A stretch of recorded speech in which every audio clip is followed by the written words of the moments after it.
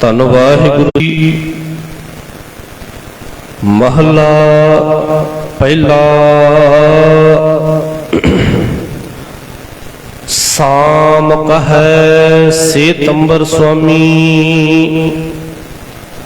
ਸਚ ਮਹਿ ਆਛੈ ਸਾਚ ਰਹੇ। ਸਭ ਕੋ ਸਚ ਸਮਾਵੈ, ਰਿਗ ਕਹਿ ਰਹਿਆ ਭਰਪੂਰ।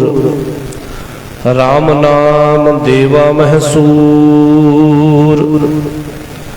ਨਾਇ ਲਇਐ ਪਰਾਛਤ ਜਾਹਿ, ਨਾਨਕ ਤਉ ਮੋਖ ਅੰਤਰ ਪਾਹਿ। ਜੁਜ ਮਹਿ ਜੋਰ ਛਲੀ ਚੰਦਰਾਵਲ, ਕਾਨ ਕ੍ਰਿਸ਼ਨ ਜਾਦਮ ਭਇਆ। ਪਾਰ ਜਾਤ ਗੋਪੀ ਲੈ ਆਇਆ, ਬਿੰਦਰਾਬਨ ਮਹਿ ਰੰਗ ਕੀਆ। ਕਲ ਮਹਿ ਬੇਦ ਅਥਰਵਣ ਹੁਆ, ਨਾਉ ਖੁਦਾਈ ਅੱਲਾਹ ਭਇਆ। ਨੀਲ ਬਸਤਰ ਲੈ ਕੱਪੜੇ ਪਹਿਰੇ, ਤੁਰਕ ਪਠਾਣੀ ਅਮਲ ਕੀਆ।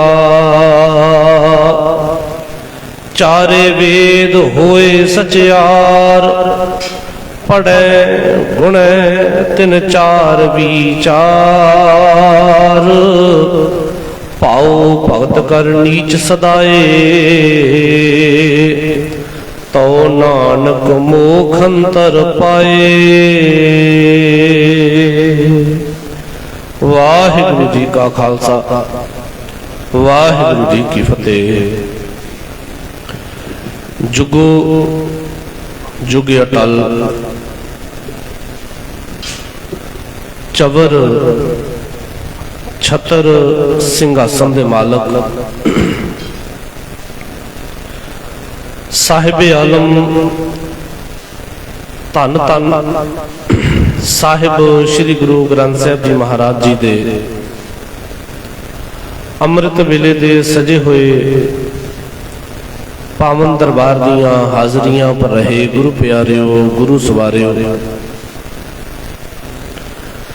ਰਹਿਮਤ ਹੈ ਸਤਿਗੁਰੂ ਅਕਾਲ ਪੁਰਖ ਵਾਹਿਗੁਰੂ ਦੀ, ਜਿਸ ਨੇ ਕਿਰਪਾ ਕੀਤੀ ਹੈ ਸਤਿਗੁਰੂ ਦੀ ਗੋਦ ਅੰਦਰ ਸੰਗਤ ਰੂਪ ਵਿੱਚ ਬੈਠਣ ਦਾ ਇਹ ਸੁਭਾਗ ਸਮਾਂ ਬਖਸ਼ਿਆ ਹੈ। ਸਤਿਗੁਰੂ ਜੀ ਦਾ, ਗੁਰੂ ਨਾਨਕ ਸਾਹਿਬ ਮਹਾਰਾਜ ਜੀ ਦਾ ਪਾਵਨ ਸ਼ਲੋਕ ਆਪਾਂ ਪੜ੍ਹਿਆ ਹੈ, ਉਸ ਦਾ ਪਾਠ ਕੀਤਾ ਹੈ। ਆਸਾ ਦੀ ਵਾਰ ਦੀ 13ਵੀਂ ਪੌੜੀ ਦੇ ਨਾਲ ਦਰਜ ਦੂਜਾ ਸ਼ਲੋਕ ਹੈ ਇਹ। ਪਹਿਲੇ ਸ਼ਲੋਕ ਦੀ ਕੱਲ ਆਪਾਂ ਵਿਚਾਰ ਕੀਤੀ ਸੀ। ਸਤਿਗੁਰੂ ਮਹਾਰਾਜ ਜੀ ਨੇ ਜਿਵੇਂ ਕੱਲ ਦਾ ਸ਼ਲੋਕ ਆਪਾਂ ਪੜ੍ਹਿਆ ਸੀ ਨਾ, ਉਹਦੇ ਵਿੱਚ ਸਤਿਗੁਰੂ ਨੇ ਬਖਸ਼ਿਸ਼ ਕੀਤੀ ਸੀ। ਗੁਰੂ ਪਿਤਾ ਜੀ ਨੇ ਇਹ ਸਮਝਾਇਆ ਸੀ ਵੀ ਇਹ ਭਾਈ ਤੇਰੇ ਵਾਸਤੇ ਯੁੱਗ ਕੀ ਨੇ, ਵੀ ਤੂੰ ਯੁੱਗ ਕਿਹਨਾਂ ਨੂੰ ਮੰਨਣਾ ਹੈ, ਵੀ ਤੇਰੇ ਵਾਸਤੇ ਯੁੱਗ ਕਿਵੇਂ ਬਦਲ ਜਾਂਦਾ ਹੈ ਜ਼ਿੰਦਗੀ 'ਚ। ਸਤਿਗੁਰੂ ਗੁਰੂ ਨਾਨਕ ਸਾਹਿਬ ਨੇ ਬੜਾ ਖੂਬਸੂਰਤ ਬਿਆਨ ਕੀਤਾ ਸੀ ਉਸ ਚੀਜ਼ ਨੂੰ, ਤੇ ਆਪਾਂ ਕੱਲ ਸਮਝਣ ਦਾ ਯਤਨ ਕੀਤਾ। ਹੋਰ ਕਈ ਥਾਵਾਂ ਤੇ ਬਾਣੀ ਦੇ ਅੰਦਰ, ਅਨੇਕਾਂ ਥਾਵਾਂ ਤੇ ਭਾਰਤੀ ਵਿਚਾਰਧਾਰਾ ਹੈ ਜਿਹੜੀ, ਜਾਂ ਵੈਦਿਕ ਵਿਚਾਰਧਾਰਾ ਹੈ ਜਿਹੜੀ,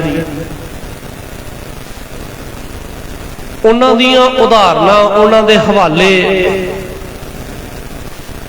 ਗੁਰਮਤ ਦੇ ਪੱਖ ਨੂੰ ਉਜਾਗਰ ਕਰਨ ਦੇ ਲਈ, ਜਾਂ ਉਹਨਾਂ ਦਾ ਹਵਾਲਾ ਦੇ ਕੇ ਸਤਿਗੁਰੂ ਮਹਾਰਾਜ ਜੀ ਨੇ ਸਮਝਾਇਆ ਵੀ ਇਹ ਇਦਾਂ ਹੈ ਤੇ ਗੁਰਮਤ ਇਹ ਹੈ। ਸਤਿਗੁਰੂ ਨੇ ਅਨੇਕਾਂ ਥਾਵਾਂ ਤੇ ਇਹ ਕਾਰਜ ਕੀਤਾ ਹੈ ਪਾਵਨ ਬਾਣੀ ਦੇ ਵਿੱਚ। ਜਿਵੇਂ ਹਿੰਦੂ ਵੀਰ ਦੇਵੀ ਦੇਵਤਿਆਂ ਨੂੰ ਜਿਵੇਂ ਮੰਨਦੇ ਨੇ, ਉਹਨਾਂ ਦੇ ਨਾਮ ਨੇ, ਹੈ ਨਾ, ਉਹ ਉਹਨਾਂ ਦਾ ਆਪਣਾ ਵਿਧਾਨ ਹੈ, ਅਲੱਗ ਹੈ। ਪਰ ਗੁਰੂ ਗ੍ਰੰਥ ਸਾਹਿਬ ਦੇ ਵਿੱਚ ਜਦੋਂ ਕਿਸੇ ਦੇਵੀ ਦੇਵ ਦਾ, ਕਿਸੇ ਅਵਤਾਰ ਦਾ ਨਾਮ ਆਉਂਦਾ ਹੈ, ਤੇ ਉੱਥੇ ਉਹਦਾ ਇਹ ਮਤਲਬ ਨਹੀਂ ਹੈ ਵੀ ਉਹਨੂੰ ਮੰਨਿਆ ਜਾਏ,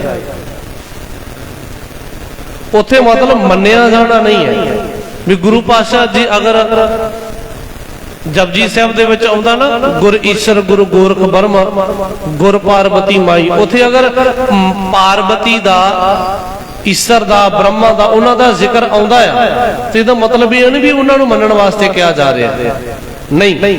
ਨਾਮ ਲੈ ਕੇ ਸਤਿਗੁਰੂ ਗੁਰਮਤ ਦੀ ਬਾਤ ਸਮਝਾ ਰਹੇ ਨੇ ਕਿ ਹੇ ਭਾਈ ਗੁਰਸਿੱਖਾ, ਤੇਰੇ ਵਾਸਤੇ ਗੁਰੂ ਹੀ ਈਸ਼ਰ ਹੈ, ਗੁਰੂ ਹੀ ਤੇਰੇ ਵਾਸਤੇ ਬ੍ਰਹਮਾ, ਗੁਰੂ ਹੀ ਪਾਰਬਤੀ ਮਾਈ ਆ। ਵੱਖਰਾ ਮੰਨਣ ਦੀ ਜ਼ਰੂਰਤ ਨਹੀਂ ਹੈ ਤੈਨੂੰ, ਉਹਨਾਂ ਨੂੰ ਅਲੱਗ ਤੋਂ ਵੱਖਰਾ ਮੰਨਣ ਦੀ ਜ਼ਰੂਰਤ ਨਹੀਂ।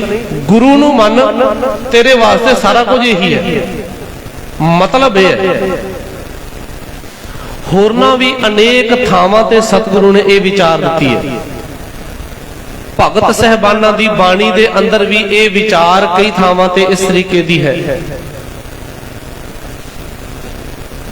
ਜਿੱਥੇ ਸਤਿਗੁਰੂ ਮਹਾਰਾਜ ਜੀ ਕ੍ਰਿਸ਼ਨ ਜੀ ਦਾ, ਰਾਮ ਜੀ ਦਾ, ਸ਼ਿਵ ਜੀ ਦਾ, ਇਹਨਾਂ ਦੇ ਨਾਮ ਲੈਂਦੇ ਨੇ ਜਾਂ ਹੈ ਨਾ, ਤੇ ਮੁੜ ਕੇ ਬਾਤ ਗੁਰਮਤ ਦੀ ਸਮਝਾਉਂਦੇ ਆ। ਉਦਾਹਰਣ ਇੱਕ ਪੱਖ ਦੇ ਵਾਸਤੇ ਹੁੰਦੀ ਹੈ, ਸਿਰਫ ਇੱਕ ਗੱਲ ਨੂੰ ਸਮਝਣ ਵਾਸਤੇ, ਕਿਸੇ ਇੱਕ ਪੁਆਇੰਟ ਨੂੰ। ਉਦਾਹਰਣ ਦੀ ਵਿਆਖਿਆ ਨਹੀਂ ਹੁੰਦੀ ਕਦੇ ਵੀ। ਉਦਾਹਰਣ ਇੱਕ ਪੁਆਇੰਟ ਨੂੰ ਸਮਝਣ ਵਾਸਤੇ ਹੁੰਦੀ ਹੈ। ਉਦਾਹਰਣ ਦਾ ਇੱਕੋ ਪੱਖ ਹੁੰਦਾ ਹੈ, ਇੱਕ ਪੱਖ ਤੋਂ ਹੀ ਵਿਚਾਰਿਆ ਜਾ ਸਕਦਾ ਹੈ ਵੀ ਜਿਹੜੇ ਪੱਖ ਤੋਂ ਉਦਾਹਰਣ ਨੂੰ ਵਰਤਿਆ ਗਿਆ। ਬਹੁਤੀ ਵਾਰ ਇਦਾਂ ਹੋਇਆ ਵੀ ਮੇਰੇ ਵਰਗੇ ਪ੍ਰਚਾਰਕਾਂ ਨੇ ਸਟੇਜ ਤੇ ਬੈਠ ਕੇ ਵੀ ਜਿੱਥੇ ਰਾਮ ਜੀ ਦਾ ਨਾਮ ਆ ਗਿਆ ਤੇ ਉੱਥੇ ਰਾਮ ਜੀ ਦੀ ਸਾਰੀ ਰਮਾਇਣ ਛੇੜ ਲਈ, ਉਹਨਾਂ ਦੀ ਕਹਾਣੀ ਸੁਣਾ ਦਿੱਤੀ। ਕ੍ਰਿਸ਼ਨ ਜੀ ਦਾ ਨਾਮ ਆ ਗਿਆ ਤੇ ਉਹਨਾਂ ਦੀ ਕਹਾਣੀ ਛੇੜ ਲਈ, ਹੈ ਨਾ। ਜਿੱਥੇ ਕਲਪ ਬ੍ਰਿਛ ਦਾ ਨਾਂ ਆ ਗਿਆ ਤੇ ਫਿਰ ਉਹਦੀਆਂ ਸਿਫਤਾਂ ਕਰੀ ਗਏ ਵੀ ਕਲਪ ਬ੍ਰਿਛ ਆਏ ਆ, ਆਏ ਆ, ਏਦਾਂ ਨਾ। ਪਾਰਜਾਤ ਦਾ ਨਾਮ ਆ ਗਿਆ ਤੇ ਉਹਦੀਆਂ ਕਰੀ ਜਾਂਦੇ ਸਿਫਤਾਂ। ਮਤਲਬ ਸਿਰਫ ਨਾਮ ਪੜ੍ਹ ਕੇ ਮੁੜ ਕੇ ਉਧਰਲੇ ਪਾਸੇ ਨੂੰ, ਸਾਖੀਆਂ ਕਹਾਣੀਆਂ ਵਾਲੇ ਪਾਸੇ ਨੂੰ ਉਤਰਦੇ। ਇਹ ਸਮਝਣਾ ਅਤ ਜ਼ਰੂਰੀ ਹੋ ਜਾਂਦਾ ਹੈ ਗੁਰਬਾਣੀ ਪੜ੍ਹਦੇ ਆ ਵੀ ਅਗਰ ਕੋਈ ਨਾਮ ਵਰਤਿਆ ਹੈ, ਕੋਈ ਪ੍ਰਤੀਕ ਵਰਤਿਆ ਹੈ ਤੇ ਕਿਸ ਪਰਥਾਏ ਵਰਤਿਆ ਗਿਆ ਹੈ। ਨਾ ਕਿ ਇੱਕ ਨਾਮ ਪੜ੍ਹ ਕੇ ਉਹਦੀਆਂ ਸਾਖੀਆਂ ਜਾਂ ਕਹਾਣੀਆਂ ਸੁਣਾਉਣ ਲੱਗ ਪਿਆ ਜਾਏ। ਅਸਲ 'ਚ ਇਹ ਚਾਹੀਦਾ ਵੀ ਉਸ ਨੂੰ ਇਹ ਵੇਖਿਆ ਜਾਏ ਵੀ ਕਿਸ ਸੰਦਰਭ 'ਚ, ਕਿਹੜੇ ਪ੍ਰਤੀਕ ਦੇ ਵਿੱਚ ਕਿਉਂ ਵਰਤਿਆ ਗਿਆ ਉਸ ਨੂੰ, ਉੱਥੇ ਵੀ ਪੂਰੇ ਸ਼ਬਦ ਦੇ ਵਿੱਚ ਉਸ ਉਦਾਹਰਣ ਦਾ ਮਤਲਬ ਕੀ ਹੈ ਜਾਂ ਉਸ ਹਵਾਲੇ ਦਾ ਮਤਲਬ ਕੀ ਹੈ।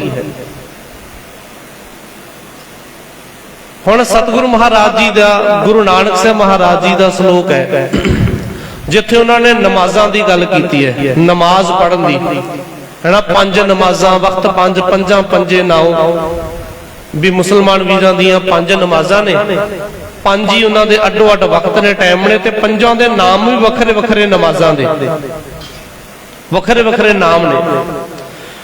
ਹੁਣ ਸਤਿਗੁਰੂ ਨੇ ਉੱਥੇ ਨਮਾਜ਼ ਦੀ ਬਾਤ ਕੀਤੀ ਹੈ, ਪਰ ਉੱਥੇ ਇਹ ਨਹੀਂ ਆਖਿਆ ਕਿ ਜਿਵੇਂ ਮੁਸਲਮਾਨ ਵੀਰ ਨਮਾਜ਼ ਪੜ੍ਹਦੇ ਨੇ ਉਵੇਂ ਕਲਮਾ ਨਮਾਜ਼ ਪੜ੍ਹੋ, ਸਾਰੀ ਦੁਨੀਆ ਉਵੇਂ ਪੜ੍ਹੇ, ਨਹੀਂ। ਸਤਿਗੁਰੂ ਨੇ ਉੱਥੇ ਗੁਣ ਰੂਪ ਹੋ ਕੇ, ਗੁਣ ਰੂਪ ਨਮਾਜ਼ ਨੂੰ ਪੜ੍ਹਨ ਦਾ ਜ਼ਿਕਰ ਕੀਤਾ ਵੀ ਉਹਨੂੰ ਸਾਰੀ ਪੜ੍ਹ ਸਕਦੇ ਆ, ਹੈ ਨਾ।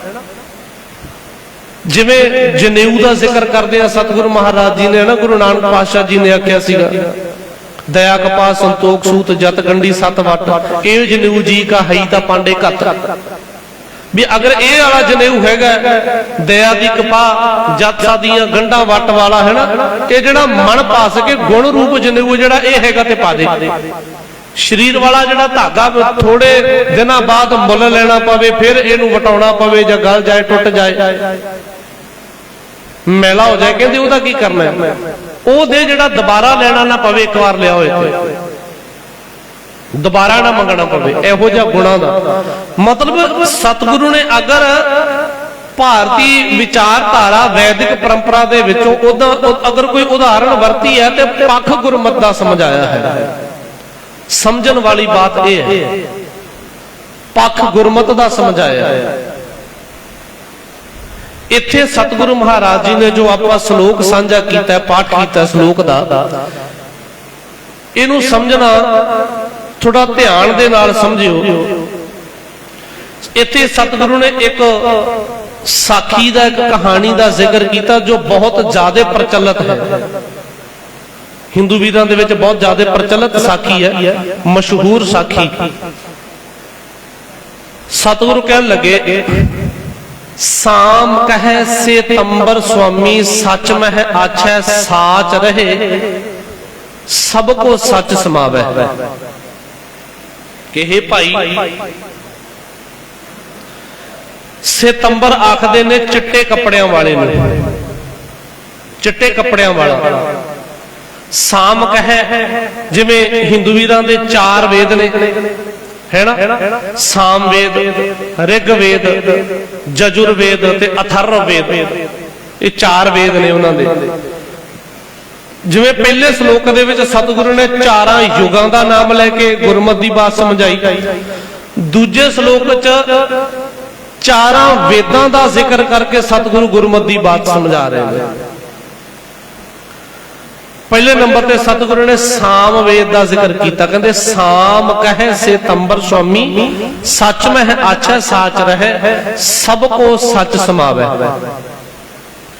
हे ਭਾਈ, ਕੋਈ ਉਸ ਸਤੰਬਰ ਸੁਆਮੀ ਚਿੱਟੇ ਕੱਪੜਿਆਂ ਵਾਲਾ, ਚਿੱਟੇ ਕੱਪੜਿਆਂ ਦਾ ਮਤਲਬ ਹੈ ਜਿਹਦੇ ਤੇ ਦਾਗ ਕੋਈ ਨਹੀਂ, ਬਿਨਾਂ ਦਾਗ ਤੋਂ, ਬਿਨਾਂ ਕਿਸੇ ਕਲੰਕ ਤੋਂ, ਬਿਨਾਂ ਕਿਸੇ ਔਗਣ ਤੋਂ, ਬਿਨਾਂ ਕਿਸੇ ਵਿਕਾਰ ਤੋਂ, ਜਿਸ ਅਕਾਲ ਪੁਰਖ ਤੇ ਮਾਇਆ ਦਾ ਕੋਈ ਪ੍ਰਭਾਵ ਹੈ ਹੀ ਨਹੀਂ, ਉਹ ਅਕਾਲ ਪੁਰਖ, ਉਹ ਹੈ ਚਿੱਟੇ ਕੱਪੜਿਆਂ ਵਰਗਾ, ਐ ਦਾਗ ਰਹਿਤ ਜਮਾ, ਬਿਨਾਂ ਦਾਗ ਤੋਂ। ਸਾਮ ਕਹੈ ਸਤੰਬਰ ਸੁਆਮੀ ਸੱਚ ਮੈਂ ਆਛੈ ਸਾਚ ਰਹੈ। ਇਹਨੂੰ ਇਉਂ ਸਮਝੋ ਵੀ ਉਸ ਅਕਾਲ ਪੁਰਖ ਦਾਗ ਰਹਿਤ ਮਾਇਆ ਤੋਂ ਨਿਰਲੇਪ ਅਕਾਲ ਪੁਰਖ ਨੂੰ ਹਿਰਦੇ ਵਸਾਉਣਾ, ਉਸ ਨੂੰ ਸਮਝਣਾ, ਉਹਦੇ ਵਿੱਚ ਇਕਮਿਕ ਹੋ ਜਾਣਾ, ਸਭ ਕੋ ਸੱਚ ਸਮਾਵੈ, ਉਸ ਸੱਚ ਦੇ ਵਿੱਚ ਸਮਾ ਜਾਣਾ, ਉਸ ਅਕਾਲ ਪੁਰਖ ਦੇ ਨਾਲ ਇਕਮਿਕ ਹੋਣਾ ਹੀ ਸਾਮ ਵੇਦ ਹੈ ਸਾਡੇ ਵਾਸਤੇ। ਉਹਦੇ ਨਾਲ ਇਕਮਿਕ ਹੋਣਾ, ਉਹਦੀ ਵਿਚਾਰ ਕਰਨੀ ਹੀ ਸਾਡੇ ਵਾਸਤੇ ਸਾਮ ਵੇਦ ਹੈ। ਉਸ ਅਕਾਲ ਪੁਰਖ ਦੀ ਵਿਚਾਰ ਕਰਨਾ ਹੀ ਸਾਡੇ ਵਾਸਤੇ ਸਾਮ ਵੇਦ ਦੀ ਵਿਚਾਰ ਹੈ।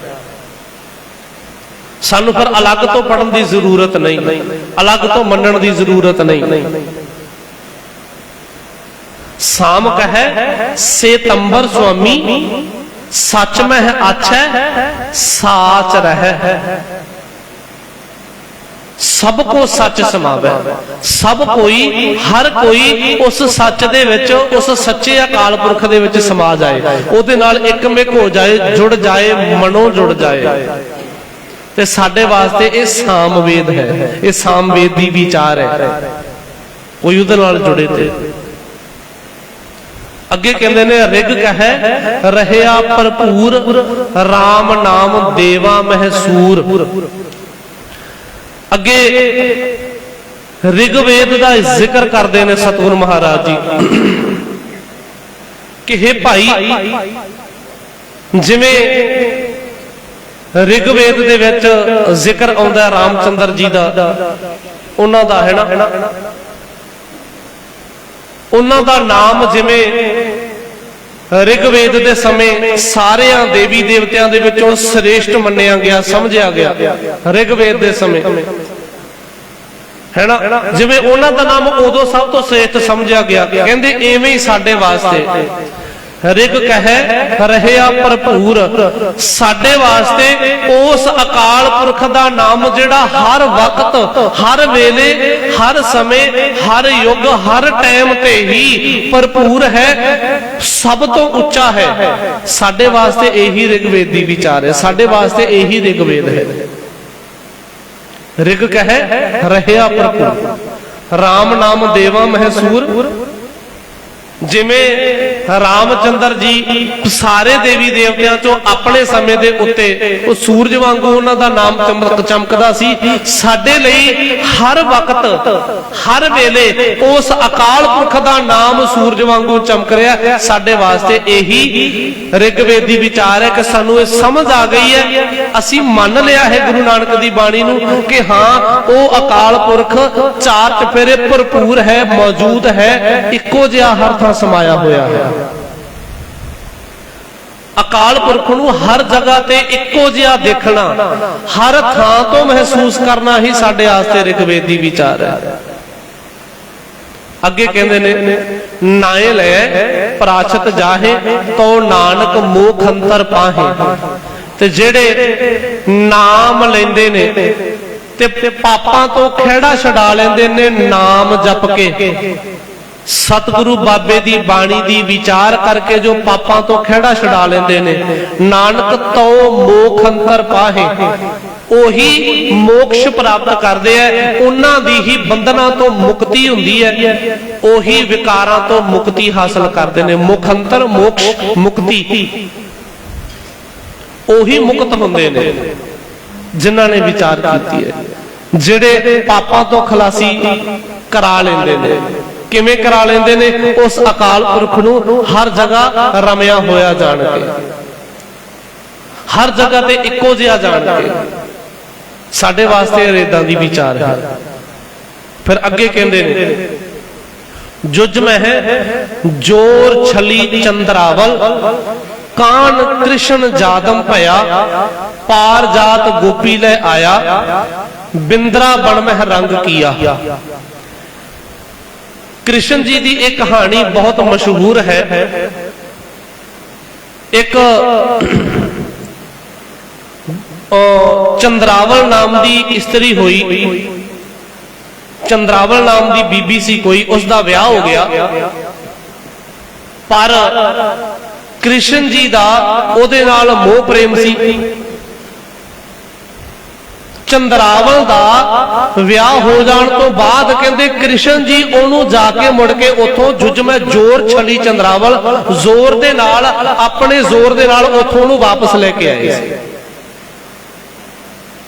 ਜੁਜ ਮੈਂ ਜੋਰ ਛਲੀ ਚੰਦਰਾਵਲ, ਜ਼ੋਰ ਦੇ ਨਾਲ, ਆਪਣੇ ਤਾਣ ਦੇ ਨਾਲ, ਆਪਣੇ ਜ਼ੋਰ ਦੇ ਨਾਲ ਉੱਥੋਂ ਵਾਪਸ ਲੈ ਕੇ ਆਏ ਮੁੜ ਕੇ ਆਪਣੇ ਕੋਲੇ। ਇਹ ਕਹਾਣੀ ਬਹੁਤ ਪ੍ਰਚਲਿਤ ਹੈ, ਮੈਂ ਆਪਣੇ ਕੋਲੋਂ ਨਹੀਂ ਕਹਿ ਰਿਹਾ, ਗੁਰਬਾਣੀ 'ਚ ਵੀ ਹਵਾਲਾ ਹੈ। ਜੁਜ ਮੈਂ ਜੋਰ ਛਲੀ ਚੰਦਰਾਵਲ, ਜਿਵੇਂ ਕਾਨਾ ਕਿਹਾ ਜਾਂਦਾ ਕ੍ਰਿਸ਼ਨ ਜੀ ਨੂੰ। ਯਾਦਵਾਂ ਦੀ ਕੁੱਲ ਦੇ ਵਿੱਚ ਹੋਏ ਨੇ ਜਿਹੜੇ ਕਾਨ, ਕ੍ਰਿਸ਼ਨ ਜਾਦਵ ਭਇਆ, ਜਾਦਵਾਂ ਦੀ ਕੁੱਲ ਦੇ ਵਿੱਚ ਹੋਏ ਆ ਜਿਹੜੇ। ਉਹਨਾਂ ਨੇ ਜ਼ੋਰ ਦੇ ਨਾਲ ਚੰਦਰਾਵਲ ਨੂੰ ਛਲਿਆ, ਉਹਨੂੰ ਆਪਣੇ ਨਾਲ ਲੈ ਕੇ ਆਏ ਤੇ ਉੱਥੇ ਰੱਖਿਆ, ਮੁੜ ਕੇ ਆਪਣੇ ਕੋਲੇ ਲਿਆ ਕੇ। ਕਾਨ ਕ੍ਰਿਸ਼ਨ ਜਾਦਮ ਪਿਆ, ਪਾਰ ਜਾਤ ਗੋਪੀ ਲੈ ਆਇਆ, ਬਿੰਦਰਾ ਬਣ ਮਹਿ ਰੰਗ ਕੀਆ। ਪਾਰ ਜਾਤ ਇੱਕ ਰੁੱਖ ਕਿਹਾ ਜਾਂਦਾ ਹੈ। ਵੇਦਾਂ ਦੀਆਂ ਕਹਾਣੀਆਂ ਦੇ ਮੁਤਾਬਕ ਇੰਦਰ ਦੇ ਬਾਗ ਦੇ ਵਿੱਚੋਂ 5 ਅਜਿਹੇ ਰੁੱਖ ਜਿਹੜੇ ਸਭ ਤੋਂ ਉੱਤਮ ਮੰਨੇ ਜਾਂਦੇ ਆ ਵੇਦਾਂ ਦੀਆਂ ਕਹਾਣੀਆਂ ਮੁਤਾਬਕ, ਉਹਨਾਂ ਦੇ ਵਿੱਚੋਂ ਇੱਕ ਪਾਰ ਜਾਤ ਹੈ। ਉਹਨਾਂ ਸਾਰੇ 5 ਰੁੱਖਾਂ ਦੇ ਵਿੱਚੋਂ ਇੱਕ ਪਾਰ ਜਾਤ ਹੈ। ਕਹਿੰਦੇ ਇਹ ਪਾਰ ਜਾਤ ਰੁੱਖ ਨੂੰ ਕ੍ਰਿਸ਼ਨ ਜੀ ਉਸ ਬਾਗ ਦੇ ਵਿੱਚੋਂ ਪੱਟ ਕੇ ਲਿਆਏ ਸੀ। ਇੰਦਰ ਦੇ ਬਾਗ ਦੇ ਵਿੱਚੋਂ ਪੱਟ ਕੇ ਲਿਆਏ ਕ੍ਰਿਸ਼ਨ ਜੀ, ਤੇ ਲਿਆ ਕੇ ਮੁੜ ਕੇ ਇੱਕ ਗੋਪੀ ਸੀ ਜਿਹਦਾ ਨਾਮ ਸੀ ਸਤਭਾਮਾ, ਉਹਦੇ ਬਾਗ ਦੇ ਵਿੱਚ ਲਿਆ ਕੇ ਲਾਤਾ। ਫਿਰ ਇਹ ਕ੍ਰਿਸ਼ਨ ਜੀ ਦੀ ਗੋਪੀ ਸੀ। ਉਹਨਾਂ ਦੀਆਂ 16,108 ਗੋਪੀਆਂ ਮੰਨੀਆਂ ਜਾਂਦੀਆਂ ਨੇ। 16,108 ਕਹਿੰਦੇ ਫਿਰ ਸਤਭਾਮਾ ਗੋਪੀ ਦੇ ਕਹਿੰਦੇ ਬਾਗ ਦੇ ਵਿੱਚ ਲਿਆ ਕੇ ਉਹ ਵਾਲਾ ਰੁੱਖ ਫਿਰ ਸਪੈਸ਼ਲ ਲਿਆ ਕੇ ਉਹਨਾਂ ਨੇ ਲਾਇਆ, ਉੱਥੇ ਲਗਾ ਦਿੱਤਾ। ਅਤੇ ਫਿਰ ਬਿੰਦਰਾ ਬਣ ਮਹਿ ਰੰਗ ਕੀਆ, ਜੋ ਬ੍ਰਿੰਦਾਵਨ ਕਿਹਾ ਜਾਂਦਾ ਜਾਂ ਬਿੰਦਰਾ ਬਣ ਕੇ ਅੱਜ ਕਹਿ ਦਿੱਤਾ ਜਾਂਦਾ। ਵਣ ਕਹਿੰਦੇ ਨੇ ਜੰਗਲ ਨੂੰ, ਬ੍ਰਿੰਦਾਵਨ ਮਹਿ ਰੰਗ ਕੀਆ। ਫਿਰ ਜਦੋਂ ਉਹ ਬਾਗ ਲੈ ਕੇ ਆਏ ਉਹ ਸਾਰਾ ਕੁਝ ਉੱਥੋਂ, ਫਿਰ ਉਹਨਾਂ ਗੋਪੀਆਂ ਦੇ ਨਾਲ ਜਾਂ ਸਤਭਾਮਾ ਗੋਪੀ ਦੇ ਨਾਲ ਫਿਰ ਉੱਥੇ ਉਹਨਾਂ ਨੇ ਰੰਗ ਰਲੀਆਂ ਜਿਹੜੀਆਂ ਮੌਜਾਂ ਨੇ ਉਹ ਕੀਤੀਆਂ ਨੇ। ਉੱਥੇ ਉਹਨਾਂ ਨੇ ਉਹ ਰੰਗ ਰਲੀਆਂ ਬਣਾਈਆਂ ਉਸ ਜੰਗਲ ਦੇ ਵਿੱਚ, ਜਿਸ ਨੂੰ ਬ੍ਰਿੰਦਾਵਨ ਕਿਹਾ ਜਾਂਦਾ। हुण ये तां सतगुरु महाराज जी ने एक उदाहरण लई है भी इदां होया भी यजुर्वेद दा जदों ये समा आया, जदों उहदे विच ये विचार दित्ती गई, उहदे विच ये कहानियां प्रचलित ने भी इदां होया है। हुण इस नूं समझना किवें है? अगर गुरमत दी बात इहदे विचों समझनी है तां कहंदे जुज में जोर छली चंद्रावल, इत्थे चंद्रावल दा समझ लो ये है मत। चंद्रावल मत तेनू छल के ले जाण वाला मन,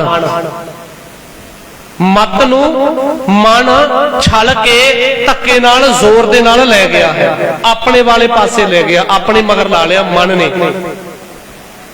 जिवें कबीर जी ने शब्द एक बड़ा प्यारा रचिया ना, कहंदे कहो कबीर प्रगट भई खेड़, ले ले को चूंगे नित भेड़। कहंदे देखो खेड़ प्रगट हो गई, लेले नू भेड़ चुंगदी फिरदी है। हालांकि हुंदा इवें है भी लेला भेड़ दा दुध चुंगदा है, भेड़ दे बच्चे नू लेला कहंदे ने, भी भेड़ दा बच्चा जिहड़ा लेला वो भेड़ दा दुध चुंगदा है। पर कहंदे पुट्ठा काम होया पिया, भेड़ लेले नू चुंगदी फिरदी है। किवें? ये उल्टी गंगा किवें बह गई? ये किवें हो गया? हुण उत्थे उहदा भाव है, वो मतलब है उस चीज का कोई। हुण जे उहनूं सीधा ले लईए ते पूरी दुनिया च किहने वेखिया भी भेड़ लेले नूं चुंगदी होवे? लेला दुध कित्थों देगा? भी लेला ही आपदी मां नूं भेड़ नूं चुंगेगा ना। पर कबीर जी ने उत्थे उल्टी उदाहरण लई है, लेले को चुंगे नित भेड़, भेड़ चुंगदी है लेले नूं जाके। भेड़ है मत, लेला है मन। सतगुरु ने यह आख्या सी कि मन नीवा मत उच्ची, मत वड्डी होनी चाहिए, मत दे पिछे मन नूं तुरना चाहिए। मन मगर मगर जावे, मत वड्डी है, मत मूरे मूरे अगवाई करे। सतगुरु कहंदे होया की है? हुण मन अगवाई करदा, मत मगर मगर तुरदी है। लेला मूरे लग्या तुरया, भेड़ मगर मगर जा रही है। लेले को चूंगे नित भेड़। हुण मन दे पिछे भेड़ तुरी, मत रूपी भेड़ मन दे पिछे पिछे तुरी हुई है, लेले दे पिछे पिछे। उवें सतगुरु ने पातशाह जी ने इत्थे समझाया, इहदा भी भाव है।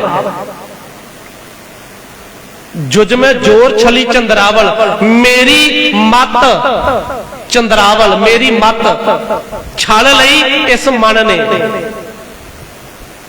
कान कृष्ण जादम पाया, ये जिहड़ा मेरा मन है, जिहड़ा कृष्ण रूपी मन है, इस मन ने मेरी मत नूं छल लिया है। ते फिर होया की? छलन तो बाद की होया? फिर पार जात गोपी ले आया, बिंद्रा बन में रंग किया ना। ते कान कृष्ण जादम पाया दा मतलब है कि उस अकाल पुरख ने आप प्रगट होके, कृष्ण दा मतलब इत्थे अकाल पुरख आएगा कि उस अकाल पुरख ने छली हुई मत नूं टिकाया, दोबारा फिर उत्थे लेके आंदा जिथे ओदा स्थान हैगा। मत फिर उच्ची कीती सतगुरु ने, मन फिर नीवा कीता सतगुरु ने। हुण पार जात गोपी ले आया, बिंद्रा बन में रंग किया, मतलब के थिर घर दे विच टिक के अपने अकाल पुरख नूं मन दे अंदरों मत दे विचों पा के इकमिक होके हिरदे दी सेंज दे उत्ते मन दे इस मत दे जंगल दे विच रंग हो रहा है। ये रलियां अकाल पुरख दे नाल हो रही ने, मत दियां, मेरे अंतर आत्मे दियां। रलियां दा मतलब है खुशी, आनंद, चाह। एक उदाहरण वर्त के सतगुरु ने समझाया है। इस तरीके ना भाव दे विच जाके भी समझा जा सकता है, इस टाइप दे नाल उसनूं भी साडे वास्ते क्यों सतगुरु जिहड़ी मत दूजे पासे नूं तुरी जांदी सी, मन पिछे लग के ओनू मोड़ के जदों वापस लेके आंदा, साडे वास्ते मत दा मुड़ पैना, मन दा विकारां वल्लों रुक जाना ही यजुर्वेद है। साडे वास्ते यही यजुर्वेद है, मन दा विकारां वल्लों रुक जाना, मुड़ पैना, फिर मत दे पिछे पिछे तुर पैना, फिर मत दा वड्डी हो जाना, मन दा छोटे हो जाना। कहंदे यही साडे वास्ते यजुर्वेद है। फिर अगे कहंदे ने कल मैं वेद अथर्वण हुआ, नाउ खुदाई अल्लाह भया, नील बस्तर ले कपड़े पहरे तुर्क पठानी अमल किया। जिवें जदों चौथा वेद अथर्वण का समा कहते जिहड़ा कहा जाता है नाउ खुदाई अल्लाह भया, जदों रब का नाम अल्लाह करके मशहूर हो गया, मतलब जदों मुगलों का जोर आ गया, उस समय की बात है जदों इस धरती के उत्ते मुगलों का जोर आया, फिर राम का जां कृष्ण जी का नाम ध्यान वाले भी उन्हां अल्लाह अल्लाह कहण वालियां दे मगर हो तुरे, लुक के वेद पढ़ते पर उन्हां दे सामने तस्बीह फेरदे, लुक के गीता पढ़ते ने उन्हां दे सामने तस्बीह फेरदे, क्यों समा इदां दा आ गया। नाउ खुदाई अल्लाह भया, जदों खुदाई रब का नाम इदां करके मशहूर होया, नाउ खुदाई अल्लाह भया, नील बस्तर ले कपड़े पहरे तुर्क पठानी अमल किया। जदों उन्हां दा राज होया,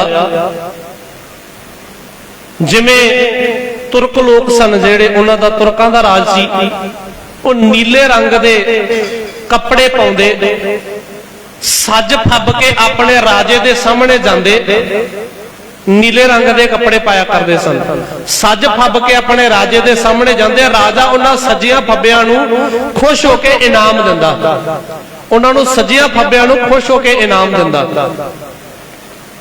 सतगुरु कहंदे भाई तेरी जिंदगी उन्हां तुरकां दे वांगू जदों ओ जिवें ओ नीले कपड़ियां विच सज के अपने राजे मूहरे जांदे है, जदों तेरी जिंदगी गुणा रूपी नीले कपड़ियां दे विच सज के अकाल पुरख दे सामने होएगी, जिंदगी गुरु दे सामने होएगी, सज के गुणा दे विच सज के गुणा दा श्रृंगार करके ते सतगुरु दे कोलों नाम दी दात, नाम दा जिहड़ा इनाम है वो तैनूं मिल जाएगा। ते ये नाम दा इनाम मिलना ही, सतगुरु तो ये दात मिलनी ही साडे वास्ते अथर्वण वेद है, साडे वास्ते यही अथर्वण वेद है। सानू वखरा उन्हां नूं पूजण दी अलग तो जरूरत नहीं, वखरा पूजन की जरूरत नहीं। नील बस्तर ले कपड़े पहरे तुर्क पठानी अमल किया, चारे वेद होए सचियार, पढ़े गुणे तन चार विचार, चार वेदां दी विचार वखो वखरी है, उन्हां दे चारां वेदां दे कॉन्सैप्ट वखो वखरे ने, उन्हां दे विषय वखो वखरे ने, अलग अलग है सारा चारां दा सिस्टम, एक वेद दूजे दे नाल नहीं मिलदा, अलग अलग है चारां दा, वखरे वखरे उन्हां दे विच धर्म दसे जा रहे, वखो वखरियां रीतां, वखरे वखरे तरीके, सब कुछ सारा दा अलग अलग है, आपो अपना वखरा वखरा दसिया जा रहा है। जो लोग उन्होंने पढ़ते विचारते उन्होंने कर्म का निर्णय हो जाता है, मतलब पढ़े चारे वेद होए सचियार, साडे वास्ते चारां वेदां दा पढ़ना, साडे वास्ते चारां वेदां दी विचार की है, सचियार हो जाना, जिसनों सतगुरु ने आख्या सी, गुरु नानक साहब महाराज जी कहते हैं किवें सचियारा हुई है किम कूड़े टुटे पाल, उस जिंदगी का सचियार पुना ही साडे वास्ते वेदां दी विचार है। उस जिंदगी दे विच चज आचार दा आ जाना, गुरमत दे सलीके दा जिंदगी दे विच प्रगट हो जाना ही साडे वास्ते वो असलीयत है, जिस सदका सानू चंगे माड़े दी, कर्म दी, अकर्म दी, धर्म दी, आधर्म दी पछाण हुंदी है, जिहदे करके सानू गुणा दी ते अवगुणा दी पछाण हुंदी पता लगदा है। साडे वास्ते वो गुरमत दी विचार ही वेदां दी विचार है, साडे वास्ते इउं गुणा दी गुरमत दी विचार करदियां करदियां आचरण दा उच्चा हो जाना, किरदार करैक्टर दा उच्चा हो जाना, यही साडे वास्ते वेदां दी विचार है। भाओ भगत कर नीच सदाए, तो नानक मोख अंतर पाए। जिन्हां ने उस अकाल पुरख नूं जानिया विचारिया, जिन्हां ने ओदी वडियाई दी सिफत सलाह दे विच, ओदी वडियाई विच समा गुजारिया, जिन्हां ने जिंदगी उधरले पासे नूं लाई है, मन सिफत सलाह वाले पासे लाया है, ਭਾਉ ਭਗਤ ਕਰਨ ਨੀਚ ਸਦਾਏ। ਭਾਉ ਭਗਤ ਪ੍ਰੇਮਾ ਭਗਤੀ। ਭਾਉ ਮਤਲਬ ਪ੍ਰੇਮ। ਭਗਤ ਦੇ ਤੱਤੇ ਨੂੰ ਸਿਹਾਰੀ ਅਤੇ ਅਰਥ ਆਏਗਾ ਭਗਤੀ। ਜਦੋਂ ਔਂਕੜ ਹੁੰਦਾ ਤੇ ਉਹਦਾ ਅਰਥ ਆਉਂਦਾ ਭਗਤ। ਬਿਨਾ ਔਂਕੜ ਤੋਂ ਕਈ ਥਾਵਾਂ ਤੇ ਆਉਂਦਾ ਤੇ ਬਹੁਤ ਸਾਰੇ ਭਗਤ ਜਾਂ ਸੰਗਤ ਰੂਪ ਵਾਸਤੇ ਆ ਜਾਂਦਾ ਹੈ। ਤੱਤੇ ਨੂੰ ਸਿਹਾਰੀ ਆਉਂਦੀ ਹੈ ਤੇ ਉਹਦਾ ਮਤਲਬ ਹੁੰਦਾ ਭਗਤੀ। ਵਿਆਕਰਨ ਹੈ, ਸਤਿਗੁਰੂ ਨੇ ਬਖਸ਼ਿਸ਼ ਕੀਤੀ ਹੋਈ ਹੈ ਸਾਡੇ ਤੇ। ਭਾਉ ਭਗਤ ਕਰ ਨੀਚ ਸਦਾਏ।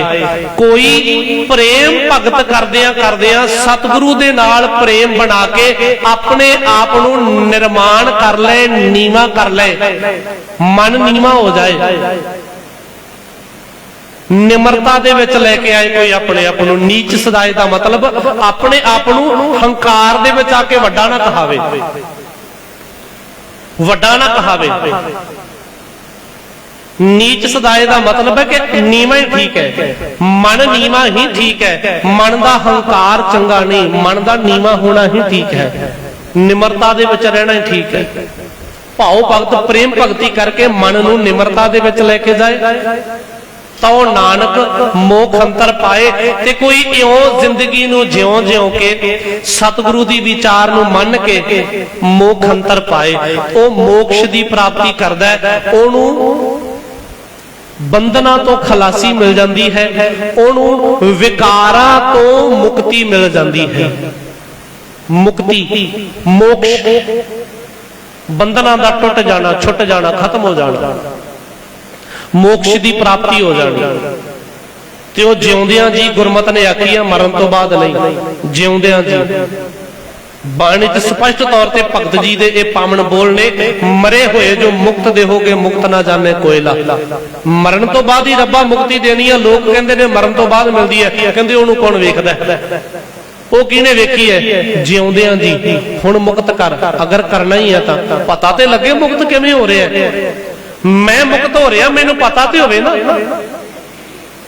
ਤੇ ਸਤਿਗੁਰੂ ਨੂੰ ਕਿਰਪਾ ਕਰਦੇ ਨੇ, ਪਰ ਬੰਧਨਾਂ ਤੋਂ, ਜਿਹੜੇ ਬੰਧਨ ਮਨ ਨੂੰ ਪਏ ਹੋਏ ਨੇ, ਜਿਹੜੇ ਸੰਗਲ ਮਨ ਨੂੰ ਲੱਗੇ ਹੋਏ ਨੇ, ਜਿਹੜੇ ਸਤਿਗੁਰੂ ਨੇ ਆਖਿਆ ਸੀ ਨਾ, ਦੱਸਿਆ ਸੀ ਵੀ ਕਿਹੜੇ ਬੰਧਨ ਨੇ, ਕਿਹੜੇ ਸੰਗਲਾਂ ਨਾਲ ਬੱਝਿਆ ਹੋਇਆ, ਜਿਨ੍ਹਾਂ ਤੋਂ ਮੁਕਤੀ ਚਾਹੀਦੀ ਹੈ। ਸਤਿਗੁਰੂ ਕਹਿੰਦੇ ਨਾਨਕ ਔਗਣ ਜਿਤੜੇ ਤੇਤੇ ਗਲੀ ਜੰਜੀਰ। ਜਿੰਨੇ ਵੀ ਔਗਣ ਨੇ ਨਾ, ਇਹ ਸੰਗਲ ਨੇ ਤੇਰੇ ਗਲ 'ਚ ਪਏ ਹੋਏ ਸਾਰੇ। ਜੰਜੀਰ ਮਤਲਬ ਸੰਗਲ। ਜਿੰਨੇ ਔਗਣ ਨੇ ਸਾਰੇ ਸੰਗਲ ਪਏ ਹੋਏ ਆ ਸਾਨੂੰ, ਇਹ ਬੰਨਿਆ ਹੋਇਆ, ਇਹ ਬੰਧਨਾਂ 'ਚ ਪਿਆ ਹੋਇਆ। ਤੇ ਇਹਨਾਂ ਤੋਂ ਹੀ, ਔਗਣਾਂ ਤੋਂ ਹੀ ਮੁਕਤੀ, ਮੋਕਸ਼ ਹੈ। ਇਹੀ ਮੁਕਤੀ ਹੈ, ਇਹਨਾਂ ਤੋਂ ਹੀ ਮੁਕਤ ਹੋਣਾ ਹੈ। ਤੇ ਸਤਿਗੁਰੂ ਬਾਬੇ ਦੀ ਬਾਣੀ ਦੀ ਵਿਚਾਰ ਇਹਨਾਂ ਤੋਂ ਹੀ ਮੁਕਤ ਕਰਦੀ ਹੈ। ਤਾਂ ਇਹ ਤਾਂ ਸਤਿਗੁਰੂ ਨੇ ਕਿਹਾ ਭਾਉ ਭਗਤ ਕਰ ਨੀਚ ਸਦਾਏ। ਜੇ ਬਚਣਾ, ਮੁਕਤ ਹੋਣਾ, ਪ੍ਰੇਮ ਭਗਤੀ ਸਤਿਗੁਰੂ ਦੇ ਨਾਲ ਜ਼ਰੂਰੀ ਹੈ। ਮਨ ਦਾ ਨਿਮਰਤਾ ਦੇ ਵਿੱਚ ਜਾਣਾ ਜ਼ਰੂਰੀ ਹੈ, ਨਿਮਰ ਹੋ ਜਾਣਾ ਜ਼ਰੂਰੀ ਹੈ। ਉਸ ਤੋਂ ਬਿਨਾਂ ਭਗਤੀ ਨਹੀਂ। ਤੇ ਇਉਂ ਭਗਤ ਕਰਕੇ ਕੋਈ ਇਹ ਨਿਮਰਤਾ ਦੇ ਵਿੱਚ ਆ ਕੇ ਕੋਈ ਸਤਿਗੁਰੂ ਦੇ ਅੱਗੇ ਪੇਸ਼ ਹੋਏ, ਸਤਿਗੁਰੂ ਕਿਰਪਾ ਕਰਕੇ ਨਾਮ ਬਾਣੀ ਬਖਸ਼ਣਗੇ ਤਾਂ ਉਹ ਨਾਨਕ ਮੁਖ ਅੰਤਰ ਪਾਏ। ਫਿਰ ਇਉਂ ਮੋਕਸ਼ ਦੀ ਪ੍ਰਾਪਤੀ, ਬੰਧਨਾਂ ਤੋਂ ਖਲਾਸੀ ਸਤਿਗੁਰੂ ਦੀ ਕਿਰਪਾ ਦੇ ਨਾਲ ਹੋ ਜਾਏਗੀ। ਸੋ ਅਸੀਂ ਵੀ ਆਪਣੇ ਆਪ ਨੂੰ ਬੰਧਨਾਂ ਤੋਂ ਮੁਕਤ ਕਰੀਏ, ਬੰਧਨਾਂ ਤੋਂ ਖਲਾਸੀ ਲਈਏ। ਸਤਿਗੁਰੂ ਬਾਬਾ ਸਾਡੇ ਤੇ ਵੀ ਮਿਹਰ ਕਰਦਾ, ਕਿਰਪਾ ਹੋ ਜਾਏ। ਮੈਂ ਰੋਜ਼ਾਨਾ ਬੇਨਤੀ ਕਰਦਾ ਹੁੰਨਾ ਕਿ ਬਾਈ ਬਾਣੀ ਆਪ ਪੜ੍ਹਿਆ ਕਰੋ, ਇੱਥੋਂ ਜਾ ਕੇ ਦੁਬਾਰਾ ਫੇਰ ਪੜ੍ਹਨ ਦੀ ਕੋਸ਼ਿਸ਼ ਕਰਿਆ ਕਰੋ। ਜਿਹੜੇ ਸ਼ਬਦ ਆਪਾਂ ਇੱਥੇ ਵਿਚਾਰਦੇ ਆ ਉਹਨਾਂ ਨੂੰ, ਕਈ ਵਾਰ ਸ਼ਬਦ ਇਦਾਂ ਦੇ ਨੇ, ਆਪਾਂ ਇੱਥੇ ਭਾਵ ਅਰਥ ਸਾਂਝੇ ਕਰਦੇ ਆ ਤੇ ਬਾਅਦ ਦੇ ਵਿੱਚ ਚੇਤਾ ਭੁੱਲ ਜਾਂਦਾ, ਮੁੜ ਕੇ ਬਾਅਦ ਚ ਸਮਝ ਨਹੀਂ ਆਉਂਦੀ ਵੀ ਇਹ ਗੱਲ ਕਿਵੇਂ ਬਣ ਗਈ। ਤਾਂ ਕਰਕੇ ਕਹਿੰਦਾ ਵੀ ਦੁਬਾਰਾ ਫੇਰ ਪੜ੍ਹਿਆ ਕਰੋ, ਤਾਂ ਕਿ ਉਹ ਦੁਬਾਰਾ ਪੜ੍ਹਨ ਦੇ ਨਾਲ ਮਨ 'ਚ ਪੱਕੇ ਹੋ ਜਾਣ। ਅਸੀਂ ਆਪ ਵੀ ਵਿਚਾਰ ਕਰ ਸਕੀਏ, ਇੰਨੇ ਕੁ ਸਮਰੱਥ ਬਣੀਏ, ਖੁਦ ਦੇ ਨਾਲ ਬਾਣੀ ਪੜ੍ਹਦਿਆਂ ਵਿਚਾਰ ਕਰੀਏ। ਘਰਾਂ 'ਚ ਬਾਣੀ ਦੀਆਂ ਪੋਥੀਆਂ ਰੱਖੋ, ਆਪ ਬਾਣੀ ਪੜ੍ਹਨੀ ਸਿੱਖੋ, ਅਰਥਾਂ ਸਮੇਤ ਬਾਣੀ ਪੜ੍ਹੋ। ਸੋ ਗੁਰੂ ਪਾਤਸ਼ਾਹ ਜੀ ਮਿਹਰ ਕਰਨ, ਬਾਣੀ ਪੜ੍ਹਦਿਆਂ ਵਿਚਾਰਦਿਆਂ ਹੋਈਆਂ ਭੁੱਲਾਂ ਨੂੰ ਸਤਿਗੁਰੂ ਬਖਸ਼ ਲੈਣ, ਅੱਗੇ ਲਈ ਸੁਮਤ ਦੇਣ। ਆਓ ਗੁਰੂ ਚਰਨਾਂ 'ਚ ਅਰਦਾਸ ਕਰੀਏ ਕਿ ਦੇ ਹੋ ਸਜਣ ਅਸੀਸੜੀਆਂ ਜੋ ਹੋਵੇ, ਸਾਹਿਬ ਸਿਓ ਮੇਲ, ਦਾਸ ਨੂੰ ਅਸੀਸ ਬਖਸ਼ੋ, ਫਤਿਹ ਸਾਂਝੀ ਕਰੋ। ਵਾਹਿਗੁਰੂ ਜੀ ਕਾ ਖਾਲਸਾ, ਵਾਹਿਗੁਰੂ ਜੀ ਕੀ ਫਤਿਹ।